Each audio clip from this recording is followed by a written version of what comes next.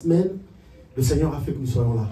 Amen. Amen. Il n'y a rien d'autre que nous puissions faire si ce n'est être reconnaissant. Alléluia. Amen. Nous allons aujourd'hui écouter la parole. Nous pouvons prendre place. Amen. Je me suis toujours posé la question de ce jour, le jour où ça arrivera, comment ça se passera. Alléluia. Amen. Le bien-aimé qu'il est en train de me regarder d'un air moqueur. Non, mais je sais que c'est pour me flatter. Alléluia. Amen. Là où il y a l'amour. Ah, mais je vous sens timide là. Qu'est-ce qu'il y a? Là où il y a l'amour. Et là où il y a la paix. Il y a la joie. La joie. Vous avez oublié ou qu'est-ce qui se passe là? Là où il y a l'amour. Et là où il y a la paix, il y a Dieu. Et là où il y a Dieu, il y a bon, il ne faut pas que cela soit un slogan. Tout ce que nous avons besoin est là où Dieu est. Alléluia. Il ne faut pas que ce soit une parole que tu prononces juste comme ça. Il faut que ce soit une conviction. Alléluia. Amen. Quelque chose que tu crois au fond de toi. Tu sais que là où il y a Dieu, il y a tous ces dont j'ai besoin. Amen. Alléluia. Amen. Ce n'est pas une parole en l'air, mais c'est une conviction qui vient au fond de toi. Et tu es convaincu de cela. Lorsque tu le dis, même si c'est une maladie qui te touche, tu sais que là où il y a Dieu, il y a la guérison. Amen. Même si c'est un besoin que tu as, tu sais que là où il y a Dieu, mon besoin est là-bas. Alléluia. Amen. Quel que soit le manque que tu peux avoir, quels que soient les mots que tu peux connaître, tu te dis au fond de toi que là où il y a Dieu, il y a tout cela. Alléluia. C'est pourquoi David dit, je suis dans la joie. Pas lorsqu'on me dit, allons chez McDo. Non, lorsqu'on me dit chez Quick. Mais quand on me dit, allons dans la maison de l'Éternel. Alléluia. Et dans la suite, il dit, c'est parce que là-bas que tout se passe. Les choses importantes se passent là-bas. Alléluia. Le peu de temps que nous passons ici, ce qui se passe ici est plus important que tout ce que nous avons connu dans la semaine, que tout ce que nous connaîtrons. Amen. Parce que le peu de temps que nous passons ici, le Seigneur agit puissamment. Et avec la force de l'Église, la prière dit, la prière du juste a une grande efficacité. Et voilà les justes qui sont ici nombreux. Lorsqu'on entend une prière, l'évangile a toujours dit ici que nous avons prié pour un cas et la guérison est arrivée. Quelqu'un était malade, était presque mourant. Nous avons prié. Vous vous rappelez du frère de notre bien-aimé Teddy, qui était souffrant. Nous avons prié. Et le témoignage est venu. Alléluia. Amen. Réellement, là où il y a Dieu, il y a tout ce dont nous avons besoin. Il faut que cela soit réellement quelque chose que nous concevons et que nous prenons avec beaucoup d'importance. Alléluia. Amen. Bien. Le réveil spirituel. C'est notre thème. Voilà presque 2 ans maintenant que nous parlons du réveil spirituel. Alléluia. Amen. Le réveil spirituel, on a tellement entendu beaucoup de choses. Moi, je vais m'inscrire dans la lignée de ce que nous avons commencé à écouter. Alléluia. Parce qu'on parle du réveil. Donc, je vais m'inscrire dans cette lignée-là. Nous allons continuer dans ce thème-là. Et puis, nous allons développer. Et j'ai donc préparé un sous-thème que j'ai appelé le réveil spirituel dans la continuité. Alléluia. Nous allons, avec le temps, nous allons parcourir des versets bibliques et nous allons définir ensemble et tirer des leçons selon ce que l'Esprit va nous conduire. Alléluia. Amen. Bien. Le réveil spirituel, quand on parle du réveil, on voit un changement d'état. Alléluia. Amen. Le Larousse est défini comme étant le fait de sortir du sommeil.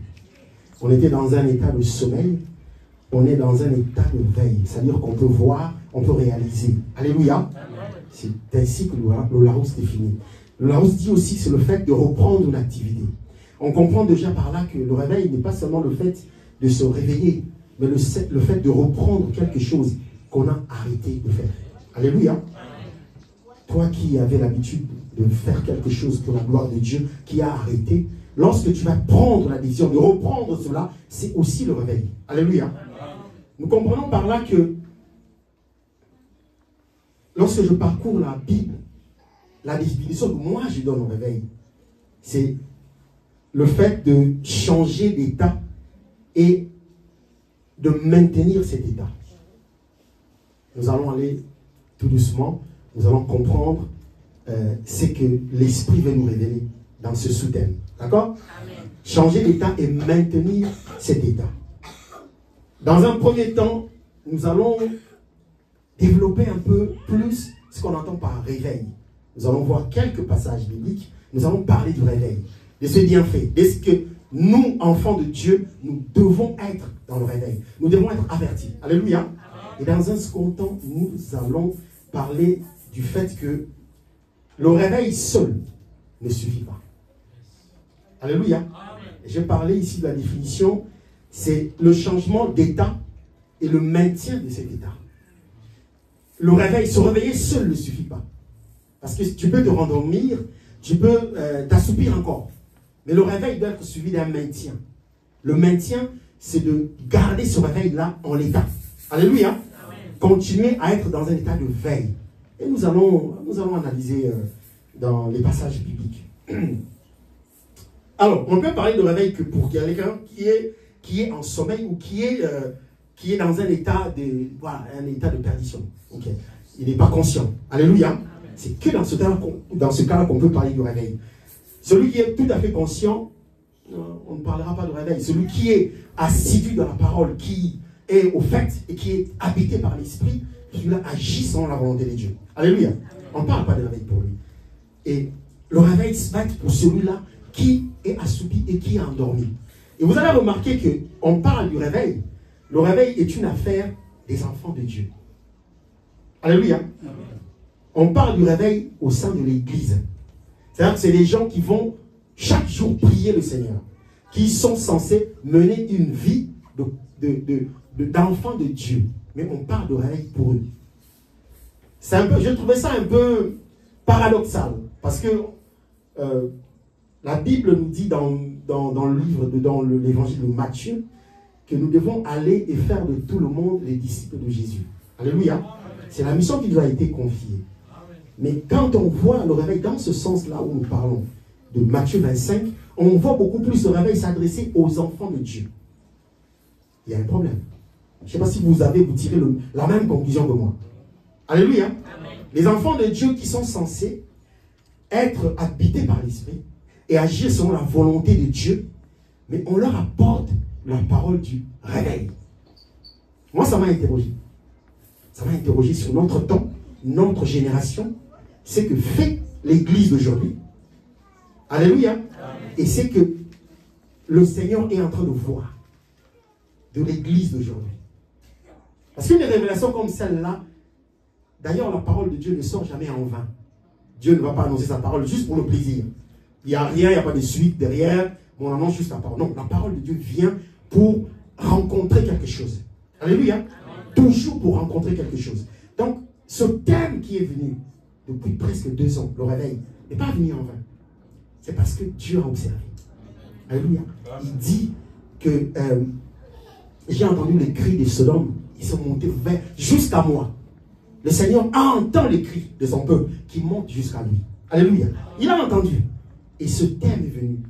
Et ce thème, depuis qu'on l'écoute, depuis le début, moi ça m'interpelle beaucoup. Parce que je suis en train de voir comment nous fonctionnons. Comment nous réalisons ou nous prenons la chose de Dieu. Je me dis que ce thème a toute sa place et toute son importance. Alléluia. Amen. Alléluia. Amen. Ce n'est pas qu'une impression, mais c'est vraiment un fait que beaucoup dans l'Église sont encore en train de somnoler. C'est un fait. On va en arriver. Alléluia. Amen. Bien. Ici, il faut qu'on dise que le sommeil est assimilé à la mort. Et le réveil est assimilé à la lumière. Ou la connaissance, ou finalement Jésus qui est la connaissance. Le réveil est assimilé à la mort. Nous pouvons voir dans Éphésiens 5,14. Paul s'adresse aux Éphésiens en leur disant, réveille-toi d'entre les morts. Là, il lit directement le fait de ne pas être en état d'éveil, le fait d'être mort. Je ne sais pas si vous voyez ce que je veux dire. Il dit, réveille-toi d'entre les morts. C'est-à-dire que le fait que tu ne sois pas réveillé, en fait, tu es mort. Moi, ça m'a fait un peu peur. Je me dis, mais donc, celui qui n'a pas compris, qui n'a pas Christ en lui, même s'il vient à l'église, en fait, il est mort. Alléluia. Il est mort. C'est très important ça. Et moi, ça m'a beaucoup interpellé. Et je vais vous partager cette interpellation avec vous. Donc, la Bible nous dit aussi, dans Romains 13, 11 à 12, c'est l'heure de vous réveiller enfin du sommeil. Paul est en train de s'adresser aux Romains. Nous connaissons tous que le Romain ici, c'était une église. Alléluia. Comme Paul s'adressait aux Éphésiens, il s'adressait aux Galates, il s'adressait ainsi de suite aux Philippiens. Et là, il s'adresse aux Romains. Et qu'est-ce qu'il leur dit? Il dit, c'est l'heure de vous réveiller enfin. Ça donne le sentiment de quelqu'un qui est dans une sorte d'agacement. C'est comme s'il dit enfin. C'est comme s'il se plaint en fait. Alléluia. Il leur dit, les enfants de Dieu, il leur dit, réveillez-vous enfin. Il ne parle pas aux païens, bien-aimés. Il ne parle pas à ceux qui n'ont pas reçu Christ. Il parle à ceux qui sont censés avoir en eux Christ. Il leur dit, réveillez-vous enfin. C'est-à-dire qu'il y a cet agacement en lui qui, en ayant observé, il se dit, mais vous êtes en train de dormir. Mais réveillez-vous enfin de votre sommeil. Alléluia. Amen. Et il dit dans la suite, et ça j'ai aimé, car maintenant, le salut est plus près de nous que lorsque nous avons cru. Cette parole, je l'ai trouvée vraiment actuelle. Non seulement dans le temps de Paul, mais aussi dans notre temps à toi et moi. Parce que cette parole s'adresse aussi aux enfants de Dieu que nous sommes, toi et moi. Réveillez-vous enfin du sommeil. Réveillez-vous enfin du sommeil. Alléluia. Amen. Réveillez-vous enfin du sommeil parce que le salut est beaucoup plus proche de nous que lorsque nous avons cru. Beaucoup parmi nous ont cru il y a des dizaines d'années, il y a des quinzaines, des vingtaines d'années. Cette parole nous interpelle l'Église. Lorsque vous aviez cru, le salut était un peu plus éloigné de vous. Aujourd'hui, là, à l'heure où nous parlons, le salut ne fait que s'approcher de vous. C'est pourquoi vous devez vous réveiller. Alléluia. Amen. Et le réveil, c'est quoi, en fait? Parce qu'on a l'impression, on disait tout à l'heure, que le fait de se réveiller, seul ne suffit pas. Il faut maintenir ce réveil. C'est comme le feu, lorsque on allume le feu pour préparer, le feu de bois, on a toujours une sorte d'épouvantail pour agiter. Alléluia. Pour que le feu prenne. Tant que le feu n'a pas pris, vous allez voir que la maman ou le papa est toujours là, en train de souffler. Il faut que ce feu prenne. Parce que si on ne fait pas ça, le feu va s'éteindre. Alléluia. Mais à un certain moment, le feu prend tellement qu'on n'a plus besoin de le faire. Alléluia. Le feu prend tellement, on n'a plus besoin de faire l'épouvantail. À moins lorsqu'on va agiter d'autres bois secs. Là, on va avoir besoin encore. Mais en principe, on ne le fait pas constamment. Alléluia. Je veux dire à nous, les chrétiens d'aujourd'hui, ne faisons pas comme l'épouvantail qu'on utilise pour agiter le feu. Soyons des enfants de Dieu qui sont prompts à servir Dieu. Pas ceux qui attendent qu'on les pousse. Qu'à chaque fois qu'on les interpelle, c'est comme si c'est des gens qui ils se réveillent un moment et puis ils somnolent. Ils se réveillent encore un moment et puis ils somnolent. Et puis c'est comme si c'était un cycle qui recommençait. Ce cycle prend un moment, on te pousse, tu te lèves. C'est comme si tu es sorti d'un profond sommeil, tu agis correctement, tu fais tout ce qu'il faut. À un moment, tu rechutes. Tu te rendors encore. Alléluia. Et on t'agite de nouveau. Tu agis pendant quelques semaines correctement, on te voit là assidu, tout ça. Et à un moment, tu te rendors encore. C'est un phénomène qu'on trouve aujourd'hui dans l'église du Seigneur. Nous avons des enfants de Dieu qui ne peuvent d'eux-mêmes marcher. C'est encore comme si c'était des bébés qui ont 1 an, qui marchent en titubant. On lui tient la main, on croit que là, il peut marcher correctement. Quand on lâche la main, il retombe. Alléluia.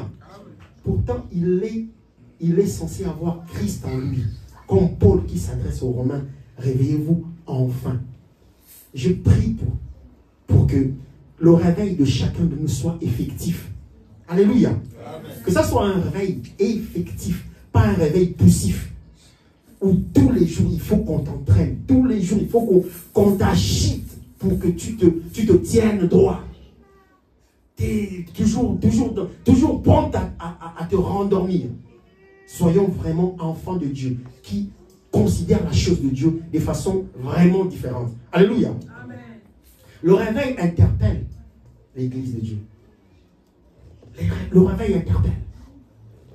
Son interpellation sont tellement forts que on n'a pas besoin d'aller loin. On regarde juste autour de nous. Regarde ton frère, regarde ta soeur. En Christ, comment agit-il? Comment agit-elle? Tu vas comprendre que le réveil spirituel doit être effectif. Et on est encore loin pour la plupart d'atteindre cet idéal de réveil. Le réveil ne peut pas être un objectif à atteindre et dire que voilà, j'ai obtenu cet objectif, je peux maintenant me reposer. Alléluia. Amen. Voilà, je me suis réveillé, très bien. Je peux me reposer maintenant, je peux laisser, bon voilà, je peux relâcher un peu. Non. Le réveil est une chose qui doit être permanente. C'est quelque chose que lorsqu'on atteint ce réveil, comme je disais tantôt, on maintient cela comme ça, de façon droite, stable. Amen. Amen. Amen. De façon stable. Donc je disais, le réveil seul ne suffit pas. Nous avons vu Matthieu 25, les 10 vierges. La Bible définit 5 comme étant des sages et 5 autres comme étant des folles. On a parlé depuis longtemps, l'évangéliste en a décortiqué dans tous les sens. Les 10 femmes-là qui étaient là, chacune d'elles était équipée de la même façon. Personne parmi elles n'avait l'avantage sur l'autre. Alléluia. Amen. Toutes avaient la lassitude d'avoir de l'huile et de pouvoir avoir du feu lorsque l'époux se présenterait. Alléluia. Mais 5 se sont quand même organisés pour qu'au moment de la présentation de l'époux, elle n'avait pas d'huile. C'est l'église d'aujourd'hui. Nous venons tous là. Parmi nous, il y a encore des femmes folles. Et il y a des femmes sages. Et ma prière est que tu sois parmi les sages, les vierges sages. Alléluia. Pour que lorsque l'époux se présentera, que ça ne sera pour toi, bien que ça sera une surprise, parce que personne parmi nous sait. Amen. Alléluia. Amen. Mais que ce soit quelque chose qui te trouve dans une position, vraiment une position où tu es prêt. Ces femmes qui avaient leur lampe allumée n'avaient rien de plus que celles qui n'avaient pas d'huile. Alléluia. Amen. Nous sommes comme partant d'un starting block où on part tous dans les mêmes conditions. Personne ne dira non, moi, voilà, je ne suis pas privilégié. Lui, il est privilégié. Non. Cette parole qui sort, elle sort pour chacun de nous. Chacun entend cette parole. Personne ne dit non, je n'ai pas entendu. Non, tout le monde entend cette parole. L'évangéliste, depuis il y a presque 2 ans, nous prêche de ça. Il y a des serviteurs qui sont venus de partout. Tout le monde entend. Alléluia. Personne ne dirait non, moi, voilà, moi je n'étais pas privilégié ou on m'a laissé de côté. Tout le monde entend. Pareil que ces 10 vierges. 5 folles, 5 sages. Pourquoi les a-t-on appelées folles? Parce qu'elles n'ont pas pris de précautions. Alléluia. Elles auraient pu s'organiser pour avoir l'huile et garder leur lampe allumée. Comme toi, tu peux encore t'organiser là pour que la lumière qui luit en toi ne s'éteigne pas. Amen. Alléluia. Amen. On ne parle pas encore au passé, on parle au futur. Alléluia. Parce que la parole de Dieu, c'est fait pour l'avenir, pour ce qui va arriver. Alléluia. Cette parole est vivante et elle est encore présente là. Tu as le temps de t'organiser. Cette lumière qui est en toi, qu'elle ne s'éteigne pas. Tu as tout le temps. Alléluia. Tu as tout le temps. Rien ne peut t'empêcher. Rien ne peut t'empêcher. Alléluia. Ces femmes qui étaient là, on disait, sont parties toutes dans la même situation. Comme toi et moi.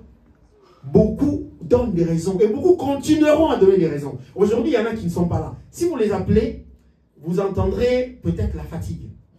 Il n'y aura pas vraiment une raison valable qui fait qu'ils ne pouvaient pas bouger. La raison, la plupart que vous entendrez, c'est « Ah, évangéliste, ou bien à dire que j'étais fatigué hier, j'étais sorti, j'étais allé à une fête. » Et beaucoup aujourd'hui, enfants de Dieu, manquent l'appel de Dieu parce qu'ils étaient à une fête samedi. Alléluia. Ces femmes étaient parties tous dans la même condition. Vous et moi, nous sommes dans la même condition. Il n'y a pas de raison à ce que moi je sois là, évangéliste soit là, et que vous ne soyez pas là. Parce qu'hier, votre copine a fêté son anniversaire. C'est fou. Pour un enfant de Dieu. C'est pas possible. Alléluia. C'est pas possible. C'est pourquoi il y a le réveil spirituel. Pour que cesse ces genres de pratiques. Alléluia. Amen. Parce que l'impression est que l'enfant de Dieu d'aujourd'hui n'a pas une considération pour l'œuvre de Dieu. En fait. Ou considère cela avec beaucoup de trivialité, avec beaucoup de légèreté. Alléluia. Amen. Alléluia. Comment peux-tu, enfant de Dieu, né de nouveau, qui a Jésus en toi, tu vas à une fête samedi et tu restes jusqu'à 5 h du matin, 6 h du matin. Et tu rentres chez toi, tu dors. Tu dors. Tu t'endors profondément et tu te réveilles à 12h30. Et tu trouves ça normal. Tu étais trop fatigué. Voilà pourquoi il y a le réveil. Alléluia. Amen. Nous étions invités, ma femme et moi, à une fête d'anniversaire. La personne qui nous avait invités, c'est une personne qu'on a l'habitude de prêcher, mais bon, qui a toujours un peu qui a toujours un peu négligé ce qu'on lui disait. Ce samedi, lorsqu'on est arrivé en salle, on a vu un homme de Dieu qui était devant. Il a commencé à parler. Cet homme-là est venu normalement pour prier pour le repas et puis, comme d'habitude, la nourriture. Mais cet homme-là en a profité pour dire quelques mots. Il a interpellé les gens qui étaient là, qu'il faut avoir la reconnaissance pour les parents qui vous ont mis au monde, reconnaître leur importance, ainsi de suite. Ma femme et moi, on était contents, on se disait que la personne qu'on était en train de prêcher, peut-être que quelqu'un d'autre l'avait convaincu de suivre Jésus. Et on est arrivé là, il y avait une ambiance vraiment de la présence de Dieu. Il y avait une musique, l'adoration qui passait, enfin la louange qui passait, on était contents. Le pasteur dit « Amen, Amen », la fréquence a changé. La même personne là, sur qui le pasteur déclarait, a commencé à danser. Véro et moi, on s'est regardé. Ah! Nous étions très étonnés. Mais en même temps, c'est l'image de l'église d'aujourd'hui. Cette personne va à l'église. Alléluia. Aujourd'hui, vous allez au concert de Failli Poupa, vous trouverez des chrétiens. Des soi-disant chrétiens. Alors, je vous assure qu'ils vont danser. Ils danseront même très bien. Et la plupart parmi eux iront à l'église dimanche. Plus que même le païen. Ils dansent plus que même le païen. La plupart parmi eux iront à l'église dimanche. Les mêmes personnes, vous trouverez au concert de Déborah Lucas. Les mêmes personnes. Ils seront en train d'adorer comme si vraiment c'était des gens qui avaient Jésus chevillé au corps. C'est l'église d'aujourd'hui. Mais cessons d'être dans la distraction. Alléluia.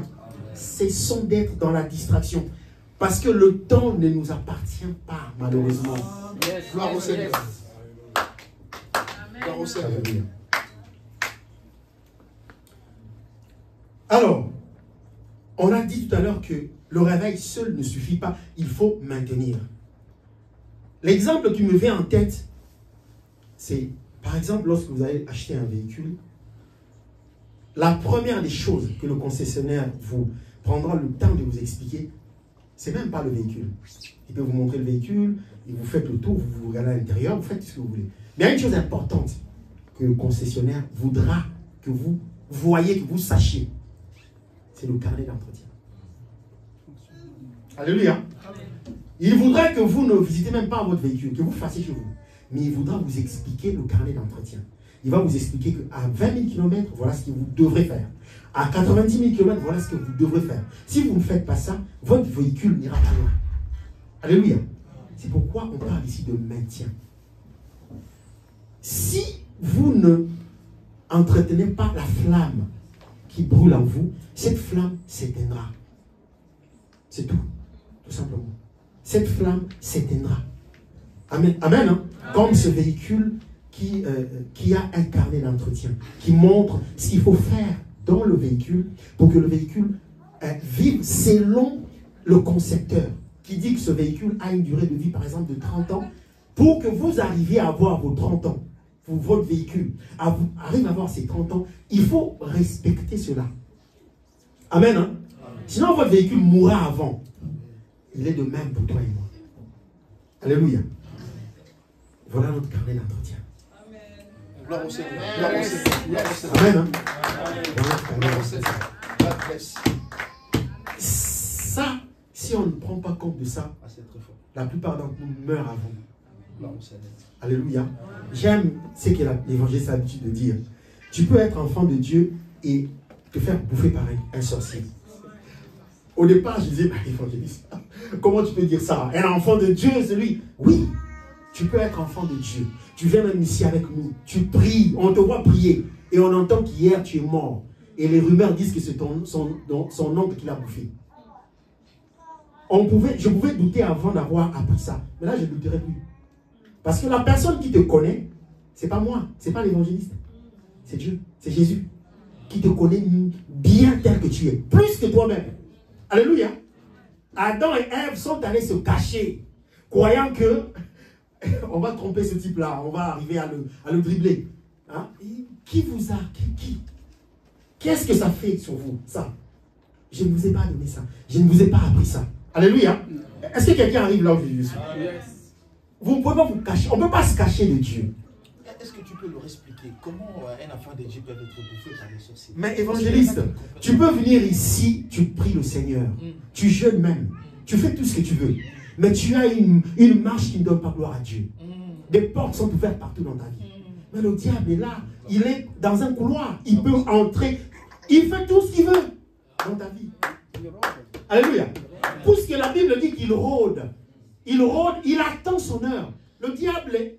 Le prédicateur ici qui avait dit, je crois que c'est le serviteur là, il a dit, le diable est puissant. Mais il ne faut pas rigoler. Le diable est puissant, bien aimé. Il dit à Jésus, tout ceci m'a été donné. Matthieu 4. Il lui dit, tout ceci m'a été donné. Tout m'appartient. Il suffit juste que tu te prosternes devant moi, je te donnerai tout ça. Alléluia. Et la Bible dit, il a été précipité sur terre, animé d'une grande colère, sachant qu'il a peu de temps. Il n'a pas beaucoup de temps. Il faut qu'il gagne le maximum des gens. C'est pourquoi toi qui viens, lorsqu'on entend même les serviteurs de Dieu mourir tôt, mais il y a un problème, bien aimé. Il y a un problème. Ça n'est pas le fruit du hasard. Un serviteur de Dieu qui est animé par l'esprit, tu ne peux pas mourir comme ça, bêtement, comme ça. On arrive, on te trouve mourir comme un simple, vulgaire personne. Comment mourriez-vous? Vous êtes des dieux. Comment mourriez-vous comme des hommes? C'est ce que dit la parole. C'est pourquoi même si tu es ici, tu jeûnes, si ta marche ne donne pas gloire à Dieu, on va te bouffer. Cette tante-là qui est là-bas, là-bas, Kinshasa, va réussir à te bouffer. Même à l'autre Jaïron. Tu rigoles. Elle va te bouffer. Et elle va te bouffer tout tranquillement. Et puis tu pars aussi. On te pleure tranquillement. Et puis on t'enterre. Alléluia. Parce que tu ne marches pas correctement. Hein? Il ne touchera pas à l'esprit. Oui, il ne touchera pas. Mais le corps, il va bouffer. Le corps, c'est la terre. C'est quelque chose qui lui appartient. Beaucoup ne savent pas. Ce corps appartient à l'ennemi. C'est la terre. Amen. Ça lui a été donné. C'est la terre. La Bible dit ce corps redevient poussière d'où il a été tiré. Alléluia. Donc, le réveil n'est pas là en vain. Le réveil est là pour que tu ouvres tes yeux. Dis à ton voisin, garde tes yeux ouverts. Dis-lui encore, garde tes yeux ouverts. Le réveil seul ne suffit pas, bien aimé. Il faut garder tes yeux ouverts. Tes yeux ne s'ouvrent pas, tu mourras comme n'importe qui. Alléluia. Comme n'importe qui. Et les gens, on te pleurera, on viendra, ne t'inquiète pas. On te pleurera, on t'accompagnera aussi, tranquillement. Et on ira boire un coup, tranquillement, manger un morceau, et on dira, gloire à Dieu, ta parole a été accomplie. Un coup du jus. Un coup du jus, évidemment, ce n'est pas du whisky. Merci.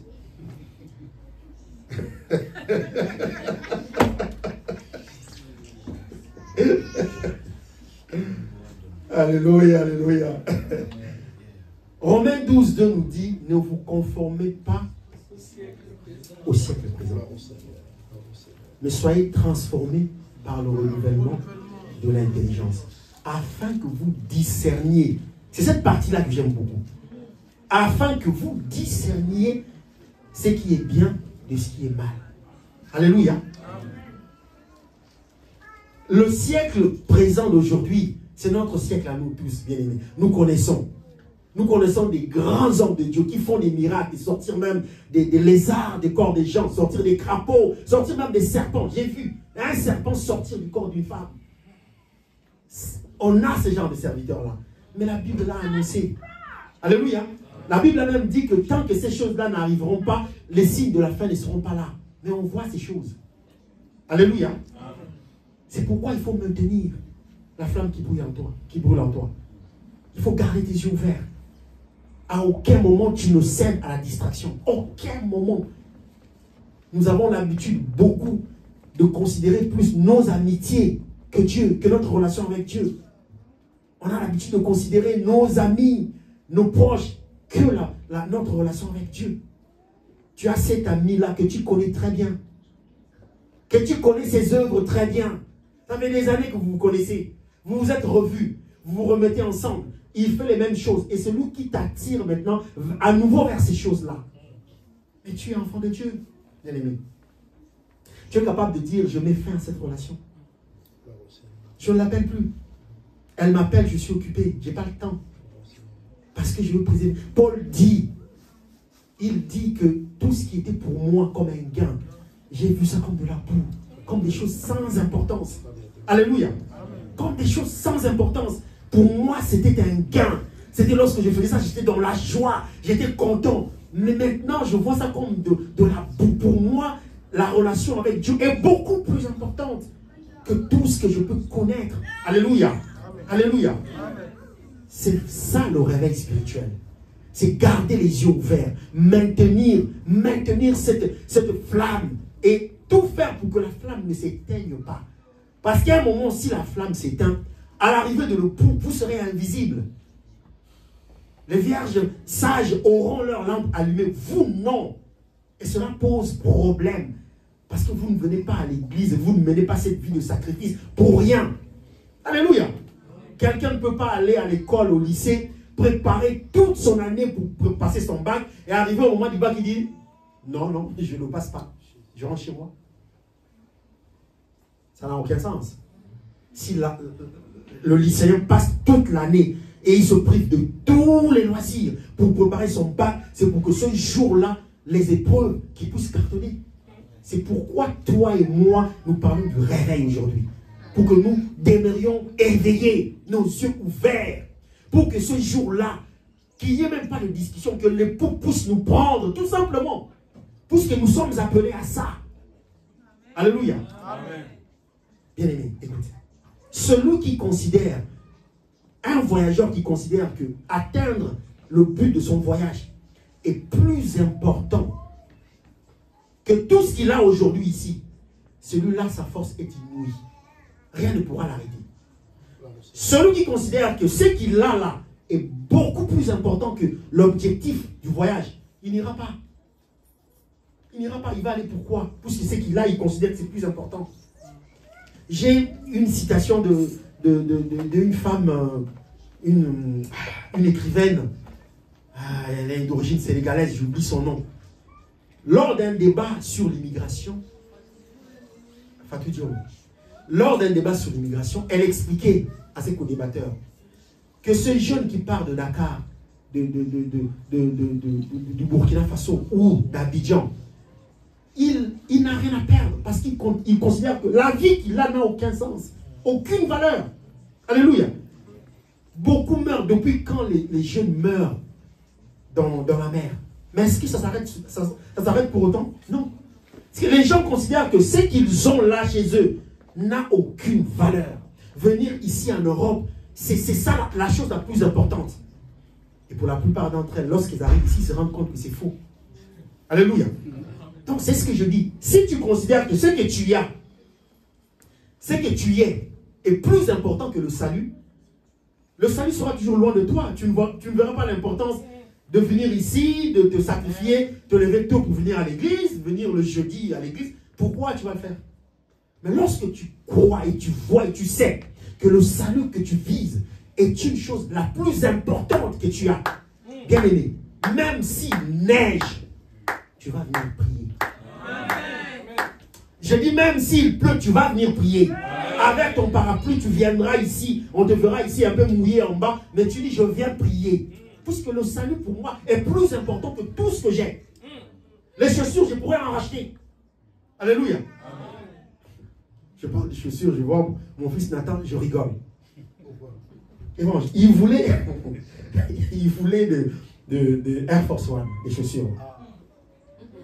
Il est allé acheter, et bon, le petit maintenant, il ne veut pas que ses chaussures s'abîment.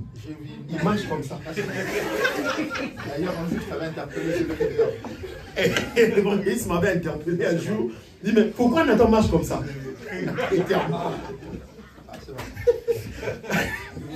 Je lui dis, bon, je parlais, je suis fatigué.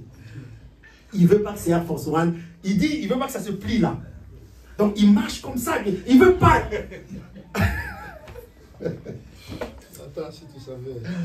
Si tu savais vraiment. Donc lorsqu'on considère que ce qu'on a est très important, il n'y a rien qui pourra t'inciter à faire quelque chose d'autre. Alléluia. Amen. On pourra ici parler. On sera fatigué. L'évangile se fatiguera. Le pasteur se fatigue. Fabien se fatiguera. Tout le monde qui viendra ici prêcher se fatiguera. Il parlera en vain. Puisque toi tu considères que ce que tu as, ce que tu es est plus important.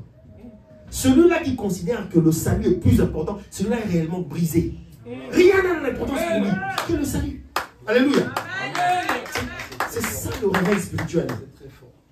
C'est ça le réveil spirituel. Nous allons lire la parole, commenter un peu sur le parcours de cet homme, Abraham. Il y a quelques points que je tirerai de là. Et ça va nous amener à la conclusion de notre message d'aujourd'hui. Bien-aimé, si tu peux nous lire Genèse 18, 17 à 18.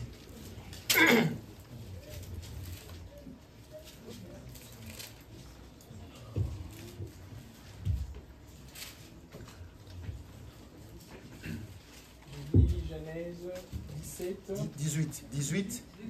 17 à 18. Genèse chapitre 18, 17 à 18. Je lis au nom de Jésus. Amen. Ah, c'est la première lecture. Ouais. Ah, il a pas le signaler. Or, le Seigneur avait dit, cacherai-je à Abraham ce que je vais faire, alors qu'Abraham va devenir une nation grande et forte, et que toutes les nations de la terre se béniront par lui. Amen. Amen. Vous pouvez vous asseoir. Merci. Chez cet homme, il y a une chose qui m'a vraiment beaucoup interpellé. C'est sa constance dans sa relation avec l'Éternel Dieu. Alléluia. Amen. Cet homme a été d'une constance depuis sa relation avec Dieu, depuis le début. D'une constance incroyable. L'Éternel Dieu décide de détruire Sodome et Gomorrhe. Parce que le péché était tellement, et cela est monté jusqu'à ses oreilles. Il décide de détruire Sodome et Gomorrhe.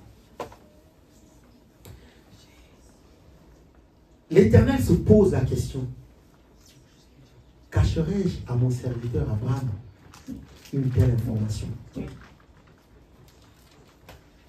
Il y a une chose dont j'ai parlé ici avant, c'est la constance d'Abraham. Nous avons parlé du maintien. Si tu maintiens ton réveil spirituel, le Seigneur ne te cachera rien. Amen. Tu ne vivras pas comme quelqu'un qui est tout le temps surpris. Alléluia. Amen. Abraham a montré sa constance avec Dieu. La constance. Alléluia. Cet homme a toutes les promesses que l'Éternel lui avait faites, même lorsqu'il était avancé en âge. Lorsque ces anges sont arrivés dans ce passage-là, au début, Genèse 18, au début, l'un d'eux avait promis à Sarah que l'année prochaine, à la même époque, tu tomberas enceinte. La Bible dit, Sarah s'est moquée de lui. Elle a ri. Alléluia. Sarah disait, mais moi qui ai cet âge-là, et mon Seigneur qui est avancé en âge, comment est-ce que tu peux nous faire une telle promesse? Alléluia. Le Seigneur ne te cachera rien, puisque tu es quelqu'un qui est éveillé, quelqu'un qui est constant dans sa relation avec Dieu. Ta lampe ne s'éteint pas. C'est pourquoi le Seigneur ne te cachera rien. Il va te cacher pourquoi? Cacherai-je à mon serviteur Abraham une telle information? Comment est-ce qu'un mal peut arriver chez toi? Parfois, certains songes que l'on voit, la Bible dit que tout ce qui est révélé est condamné. Mais on voit parfois parmi nous ici des songes qui sont catastrophiques. Tu vois, tu es dans des tourments, tout ça. Tu pries, tu déclares et tu condamnes cela à ne pas arriver. Alléluia. C'est ce que l'Éternel dit ici. Cacherai-je à Abraham? Je ne peux pas lui cacher ça. C'est une information importante. Et lui, sa lumière est en train d'éclairer. Alléluia. Amen. Il est éveillé. Il faut que je l'en informe. Pareil avec toi et moi. Le Seigneur ne te cachera jamais quoi que ce soit lorsque tu es constant dans ton réveil spirituel. Tu seras quelqu'un qui est toujours avisé. Quel que soit ce qui peut arriver, même le pire, le Seigneur te montrera. Et il te montrera la voie pour t'en échapper. Rien qui ne pourra te cacher. Il ne pourra pas te cacher. Il te montrera les choses comme elles doivent être. Il y a parfois des songes que nous voyons. Je te pose la question, mais comment est-ce possible? Comment est-ce possible?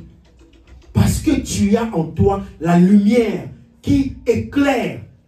Et la Bible dit, on n'allume pas une lampe pour mettre sous la table. On la met toujours sur pour que la lumière puisse éclairer. Et le fait que ta lumière éclaire, tu es visible aux yeux de l'Éternel. Il te voit. Puisqu'il te voit, il ne peut pas te cacher. Alléluia. Amen. Vous voyez jusqu'où le réveil spirituel nous amène? Est-ce que vous voyez jusqu'où le réveil nous amène? Le réveil est le socle de tout enfant de Dieu. Celui qui, à chaque instant, est en train de se remettre en question. Est-ce que je marche selon la volonté de Dieu? Est-ce que je suis là où il veut que je sois? Est-ce que je fais ce qu'il attend de moi? C'est ça le réveil spirituel. Alléluia. La Bible dit, il dit que, Jean 8, 32, vous connaîtrez la vérité et la vérité vous affranchira. Alléluia. L'affranchissement, la vérité, c'est le réveil. Parce que la Bible dit que celui qui sait faire le bien et qui ne le fait pas, commet un péché. Alléluia. La connaissance, le savoir t'apporte la connaissance. Le savoir t'apporte le réveil. Alléluia. Tu sais, c'est pourquoi tu ne passes pas à l'acte. Parce que cette connaissance en toi fait que la lumière là continue à briller. Et cette connaissance, tu l'auras où? Dans la parole de Dieu. C'est en venant ici, écoutant la parole de Dieu. C'est en suivant les programmes de ton église locale. C'est en écoutant la parole de Dieu, en méditant la parole, que tu vas acquérir cette connaissance. Cette connaissance, ce n'est pas la connaissance qu'on va chercher à l'université. Non. Tu iras là-bas apprendre à calculer. Bien, tu iras apprendre à analyser les choses. On te parlera de Pythagore, de Thalès, de tout ce que vous voulez. Oui, tu sauras résoudre, calculer une distance parce que tu utilises Thalès, parce que tu utilises Pythagore. Mais cette connaissance dont on parle ici, c'est la parole de Dieu. Amen. Alléluia. Amen. Constamment, cette parole doit être en toi. Constamment. Et puisque on est dans une constance, tu es quelqu'un qui doit à chaque instant être dans cette parole-là. Tu l'es aujourd'hui, tu le seras encore demain, et ainsi de suite. Il n'y a pas de rupture. Alléluia. Pas de rupture. Alléluia. Est-ce que quelqu'un peut acclamer pour la gloire de Dieu?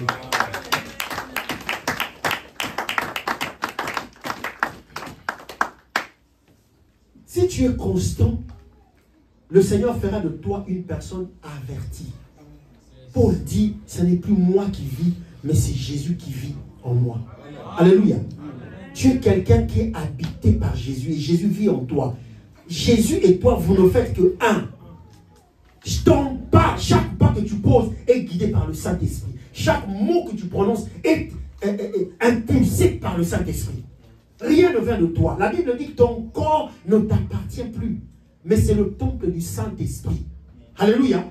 Et ce corps-là qui est le lieu d'habitation du Saint-Esprit fait que l'Esprit qui est en toi tient cette lampe-là allumée à chaque instant. Et tu marches, que ce soit ici, que ce soit ailleurs. Il n'y a pas de rupture. Le diacre François que vous voyez devant vous, c'est la même personne qu'on verra à Bruxelles, la même personne qu'on verra aux États-Unis. Je ne vais pas arriver à Bruxelles, là-bas, et je commence à carburer en whisky. Non, ça n'a aucun sens. C'est ça, être dans le réveil spirituel. Alléluia. Je ne peux pas être là-bas et en train de marcher avec des jeunes filles maintenant et aller avec d'autres femmes. Non. La constance dans le réveil spirituel. La constance. J'ai parlé avec un bien-aimé une fois. Et là, Véro et moi, on a rigolé beaucoup. Enfant de Dieu comme toi et moi, qui nous explique. Ah, moi, j'aime beaucoup Papa Wemba. Surtout telle chanson. Oh, lorsque cette chanson-là passe, ah, je ne peux pas me retenir. Nous étions à Lille. Nous étions dans un couloir, dans un petit Nganda. Et on a mis cette chanson-là. Madame et moi, on s'est levés, on a esquissé quelques pas de danse. C'était loin de tout, on ne nous voyait pas. Mais qu'est-ce que ça m'a fait du bien? Je lui ai dit, il n'y a nulle part sur cette terre où tu peux te cacher du Seigneur. Alléluia. Amen. Nulle part. Si ici, puisque nous sommes là entre bien-aimés en Christ, toi tu veux nous montrer, tu veux paraître comme étant saint, tu vas là-bas au couloir, tu vas danser, c'est que tu n'es pas encore enfant de Dieu. Alléluia. Amen. Alléluia. Amen. Tu n'es pas encore enfant de Dieu. Tu n'es pas encore brisé. Puisque si tu es brisé, partout où tu seras, partout où tu iras, ta relation avec Dieu primera surtout. Amen. Amen. Ta relation avec Dieu primera surtout. Il n'y a rien qui t'entraînera en dehors de cette relation. Bien, mais on va lire, on va faire une deuxième lecture. Genèse 19, 12.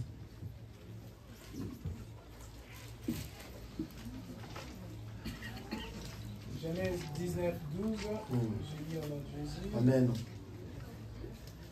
Les hommes dirent à Lot, qu'y a-t-il encore ici? Gendre, fils et filles, tout ce qui t'appartient dans la ville, fais-leur quitter ce lieu. Amen. Amen. Ici, nous connaissons tous certainement ce récit. On parle ici de Lot. J'aimerais ici attirer l'attention de quelqu'un sur deux points. Le premier point, Lot lui-même, sa lumière a éclairé. Et le fait que sa lumière a éclairé, le Seigneur n'a pas pu détruire la ville avec Lot dedans. Alléluia. Et je vais dire à quelqu'un, quand tu es dans la constance, dans le réveil spirituel, même si tu es dans un lieu où la destruction a été prévue depuis longtemps, tu seras épargné. Puisque la lumière qui luit, qui éclaire, fera que toi, Abraham, quelque part, dit dans le même passage un peu bas, il pose la question au Seigneur. Et si dans cette ville que tu veux détruire, s'il se trouvait 50 justes, est-ce que tu détruirais? Il descend, il dit 40 justes, est-ce que tu le ferais? Il descend encore, il dit 30 justes, est-ce que tu le ferais? Alléluia. Si tu es quelque part et qu'un malheur a été prévu, le fait que toi tu sois là, bien aimé, même le malheur là va patienter que tu partes de là. Alléluia. Le malheur là va patienter. Il faut d'abord que toi qui es la lumière, tu quittes d'abord ce ténèbre là avant que le malheur ne tombe là. Alléluia. La constance dans le réveil te préserve partout. C'est comme une couverture qui est sur toi. Le Seigneur fait placer sur toi une protection que tu ne peux voir avec tes yeux. Amen. Le simple fait que tu sois constant dans ton réveil spirituel. Alléluia. Et le deuxième point que ce passage m'interpelle, c'est que ta constance à toi dans le réveil fera que plusieurs personnes seront sauvées. Abraham aurait pu se contenter de se sauver lui et toute sa troupe. Alléluia. Mais Abraham sait que j'ai à Sodome et Gomorrhe quelqu'un qui est juste. Alléluia. Alléluia. Donc, si Lot a été sauvé, Lot et sa famille ont été sauvés, c'est par l'impulsion d'Abraham. Parce qu'Abraham a demandé au Seigneur, mais s'il se trouvait quelques justes dans cette ville, est-ce que tu détruirais la ville quand même? Alléluia. Et les anges sont allés sur place, ils ont extirpé Lot. Nous venons de lire ici. Qu'est-ce qu'il y a encore d'important ici dans cette ville? Femmes, tous les maris de tes enfants, tout. Vous sortez de la ville. Ton réveil spirituel à toi et le fait que tu sois constant dans le réveil fera sauver ta famille. Sauvera tes soeurs et tes frères. Même tes parents. Les gens qui sont loin de toi. Mais ta lumière, tellement elle est claire. Tellement elle est claire. Les gens sont sauvés et seront sauvés par ta lumière. Alléluia. Acclame réellement pour la gloire de Dieu. Les gens seront sauvés par ta lumière.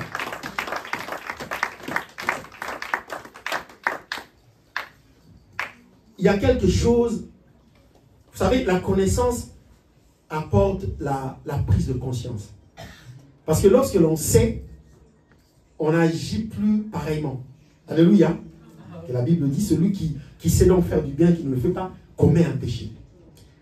Moi, je suis sidéré par la grandeur de Dieu. Dieu est tellement grand. Vous savez, nous sommes ici sur Terre. Une petite planète. Nous sommes ici dans un système solaire où il y a d'autres planètes, il y a le Soleil. Et nous sommes nous-mêmes notre système solaire dans la Voie lactée, où il y a plusieurs autres systèmes solaires.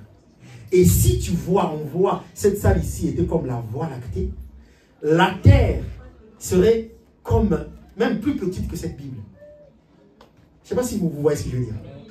Donc imaginez que toute cette salle, c'est la Voie lactée. La Terre, qui est dans le système solaire qui est le nôtre, serait plus petite que cette Bible. J'ai voulu attirer l'attention de quelqu'un en montrant cette image macro des événements. Pourquoi? Parce que nous qui sommes ici, nous sommes dans un parcours qui, quoi qu'il en soit, prendra fin un jour. Alléluia. Amen. Personne ne demeurera éternellement. Notre parcours, à chacun, prendra fin. Comment? C'est Dieu seul qui sait. Quand? C'est Dieu seul qui sait. Mais le parcours prendra fin. Le but pour lequel nous sommes ici, et nous partageons cette parole, c'est qu'à la fin de ce parcours, nous puissions hériter le ciel. C'est ça qui fait que nous venons ici. Alléluia. Pour qu'à la fin de ce parcours, nous puissions hériter le ciel. Et le réveil spirituel dont on parle ici depuis est là pour ça. Pour que nous puissions être avertis et que nous puissions garder nos yeux ouverts, comme je vous disais. Parce que celui qui garde ses yeux ouverts, il ne se laisse pas embarquer dans des distractions inutiles. Celui-là, il ne se laisse pas dompter facilement par des choses qui ne donnent pas gloire à Dieu. Amen. Alléluia. Amen. Quelle que soit la personne qui peut être devant lui, il privilégiera d'abord la relation avec Dieu.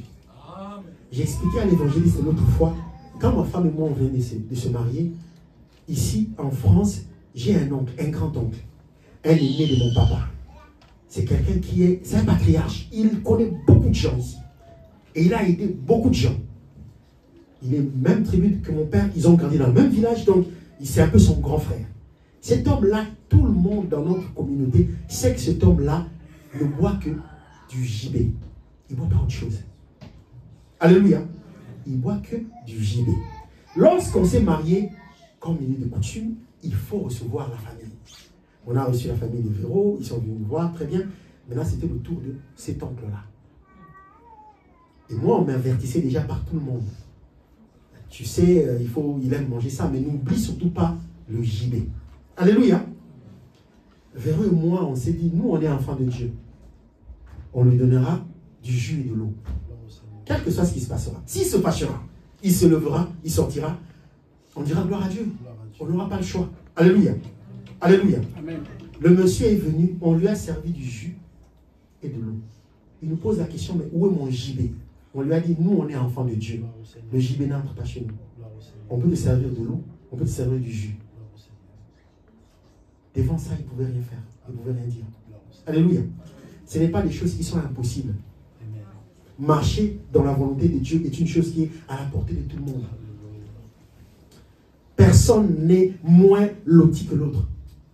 Si toi, tu as chez toi des ornements de whisky, des gibets, des bailaises, de tout ce que vous voulez, parce que tu veux décorer ta maison. Et comme l'évangile dit, le niveau baisse toujours. On arrive là, on trouve le niveau baisse. On entre encore, le niveau baisse. Tu décores ta maison, mais le niveau du whisky continue toujours à baisser. Mais tu décores seulement. Alléluia. Tu décores toujours. Mais le niveau continue à baisser. C'est la décoration qui prenne. C'est la décoration du bois. Donc, cela est à la portée de tout le monde. Ce monsieur-là faisait peur à tout le monde. Moi, je vous dis, c'est quelqu'un qui était craint de tous. Mais on lui a dit, on n'a que de l'eau et du jus à te donner. On n'a pas de gibet. Parce qu'on est enfant de Dieu. Oh, mais pourquoi ça? Non, on est enfant de Dieu.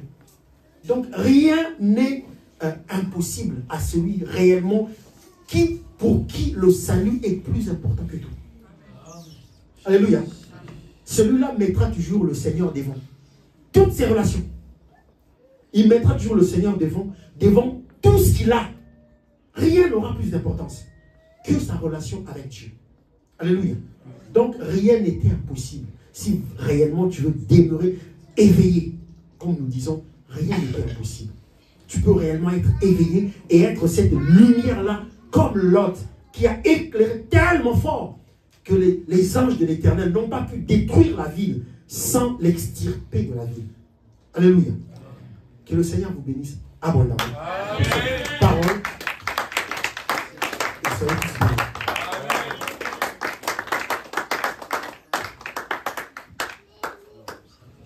Amen.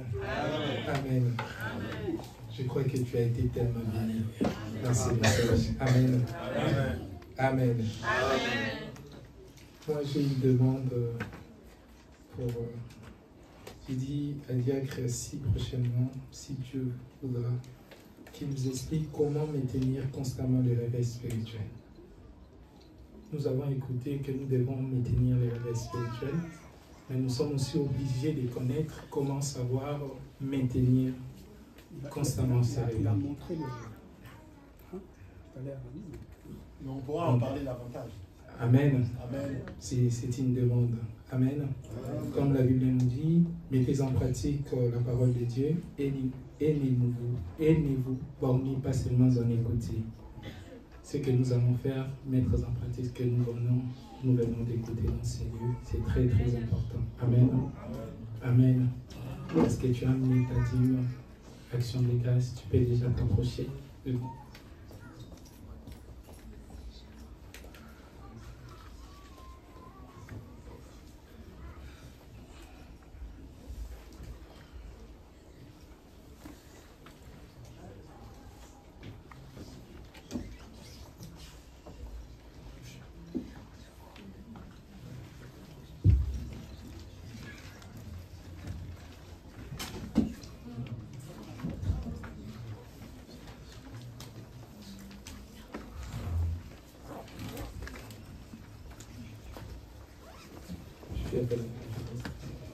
Pasteur.